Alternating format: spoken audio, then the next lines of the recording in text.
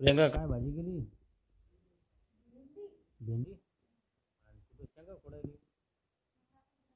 म्हणजे सकाळून भेंडी आणि दुपारून शेंगा का? देखो गाईस, सकाळून भेंडी आणि दुपारून शेंगा.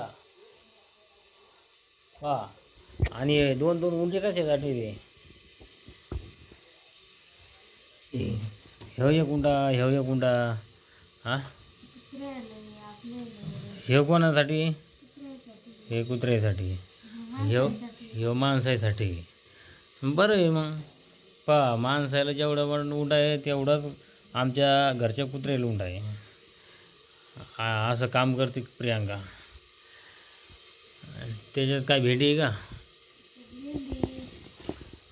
देखो मित्रांनो, आम्ही आमच्या कुत्र्याची बी चांगली सोय करतो.